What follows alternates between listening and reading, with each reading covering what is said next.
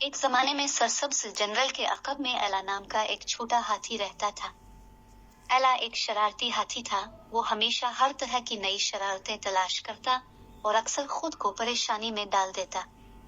एक चमकीली सुबह जंगल के गिर्द घूमते हुए एला एक गहरे कीचड़ वाले गले से ठोकर खा गया। उसे तजस्सुस पैदा हुआ और वो अपने कदमों के नीचे छुपे खतरे से बेखबर इस जगह के करीब पहुंचा।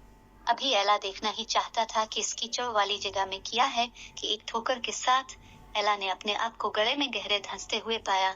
इसकी शोख और चंचल हरकतें मदद के लिए खौफजदा चीखों में बदल गई। एला की माँ ने जंगल में एला की अजियतनाक आवाजें सुने। बगैर किसी हिचकिचाहट के वो एला की मदद के लिए पहुंची।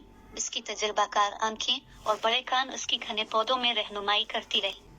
गड़े पर पहुंचकर एला की माँ ने सुकून से सूरत हाल का जायजा लिया। वो अपने छोटे एला को जिदोजहद करते हुए देख सकती थी। उसने एक पुरज़्म दिल के साथ एला की माँ ने शाखों और बैलों को इकट्ठा करना शुरू कर दिया, उन्हें आजी सीढ़ी बना दिया।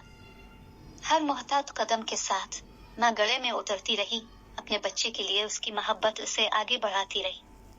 उसने तसल्ली और यकीन दहानी के अल्फाज अदा करते हुए अपना तना एला के गिर्द लपेट लिया। एक साथ वो सीढ़ी पर चढ़ गए।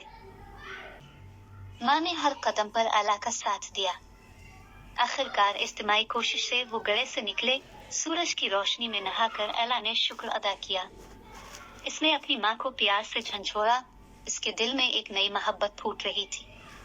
इस दिन से एला ने एहतियात की अहमियत और अपनी माँ की मोहब्बत की कदर सीखी। अब वो जिम्मेदारी के एक नए एहसास के साथ जंगल में घूमता। एला कीचड़ के गले में सीखे हुए सबक को कभी नहीं भूला और यूं बुलंद बाला दरख्तों और हवा की हल्की हल्की सरगोशियों के दरमियान नन्हे हाथी एला और उसकी प्यारी माँ की कहानी जंगल में गूंजती रही। यकीन और मोहब्बत की कहानी जो वालिदैन और बच्चे के दरमियान पायदार बंधन का सबूत है।